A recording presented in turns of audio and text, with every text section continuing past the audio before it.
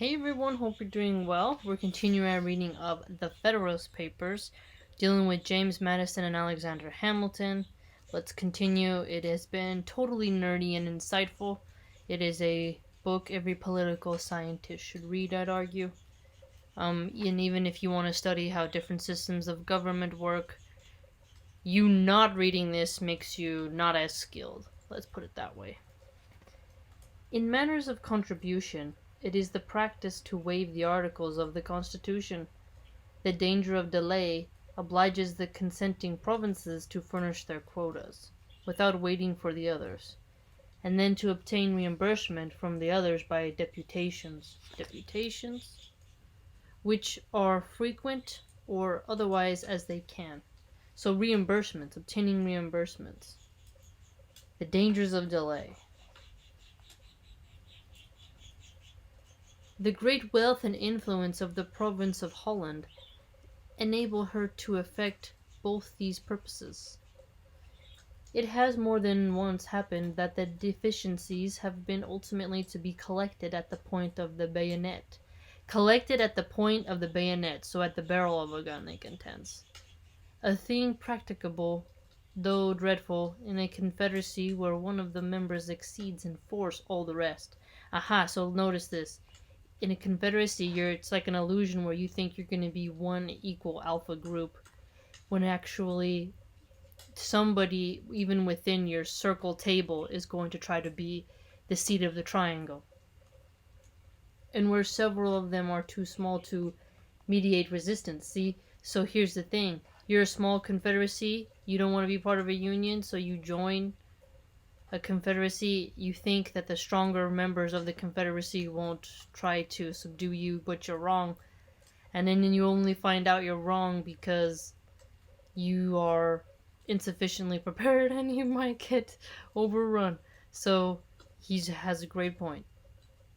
But utterly impracticable is one composed of members, several of which are equal to each other in strength and resources, and equally to signify a vigorous and persevering defense.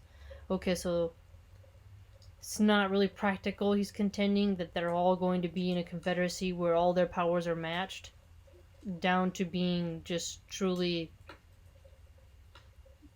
equal. Foreign ministers say Sir William Temple, who was himself a foreign minister, elude matters taken ad referendum, by tampering with the provinces and cities. In 1726, the Treaty of Hanover was delayed by these means a whole year. So, delaying something is almost like its version of a filibuster, right? Instances of a like nature are numerous and notorious. In critical emergencies, the States General are often compelled to overleap their constitutional bounds. Okay, so critical emergencies, the States General are compelled to go beyond the Constitution.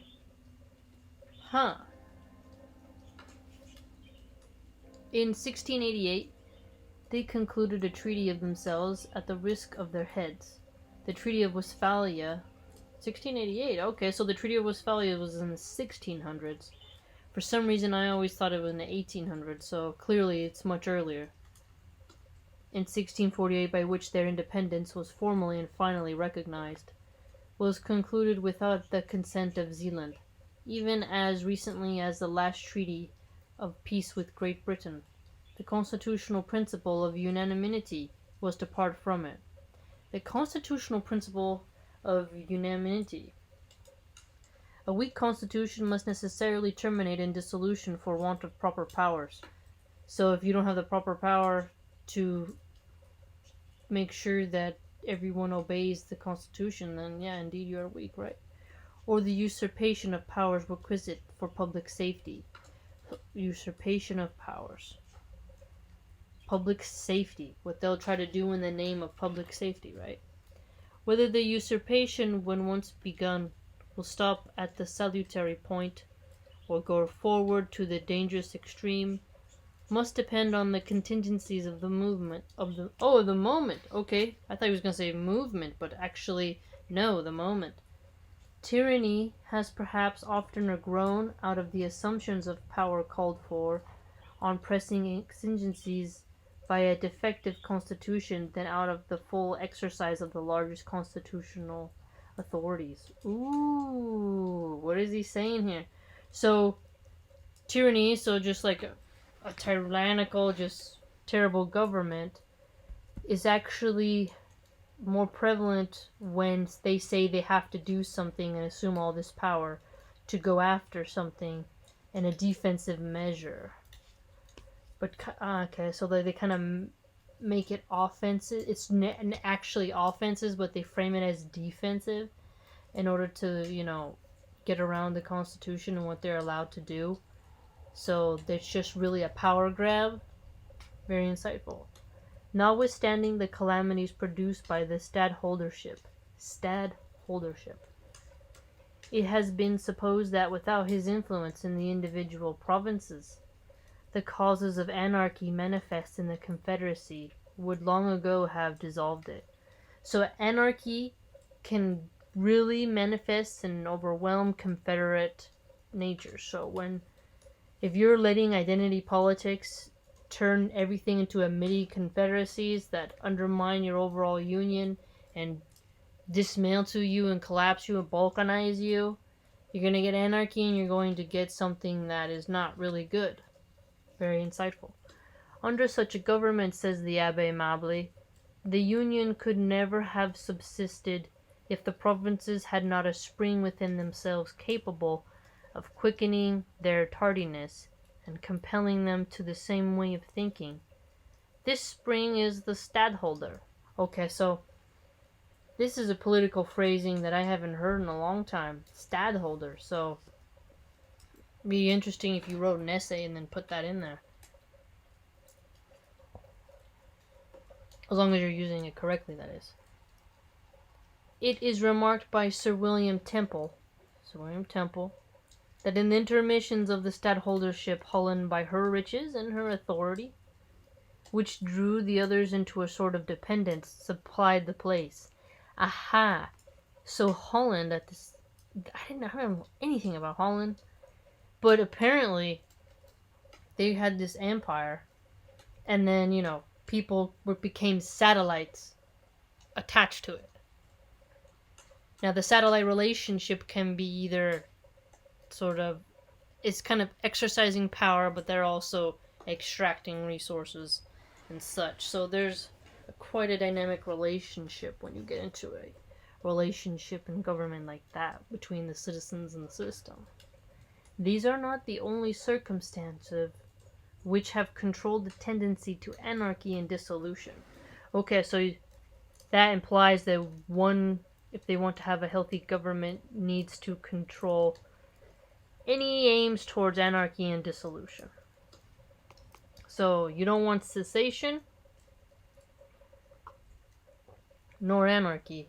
And groups who seek to raise that up can be a big problem. The surrounding powers impose an absolute necessity of union to a certain degree, at the same time that they nourish by their intrigues the constitutional vices which keep the republic in some degree always at their mercy. Keeping a republic at their mercy. The true patriots have long bewailed the fatal tendency of these vices. So notice this word, he actually uses the phrasing true patriots. So vices, this constitutional vices which keep the republic under a mercy. And have made no less than 4 regular experiments by extraordinary assemblies, conveyed for the special purpose to apply a remedy. As many times has their laudable zeal found it impossible to unite the public councils in reforming the known, the acknowledged, the fatal evils of existing constitution. So, acknowledged evils, fatal evils, Let us pause, my fellow citizens, for a moment over this melancholy and monetary lesson of history, and with the tear that drops for the calamities brought on mankind by their adverse opinions and selfish passions, let our gratitude mingle an ejaculation to heaven for the propitious concord which has distinguished the consultations for our political happiness. Wow! It's a weird way to phrase say ejaculation to heaven. It's kind of weird. Propitious concord, just overwhelming, just this concord. It's like that kind of sound energy feel there. Because discord is like not harmonious. And then concord is something more like, oh. Political happiness. Well, when has that ever existed?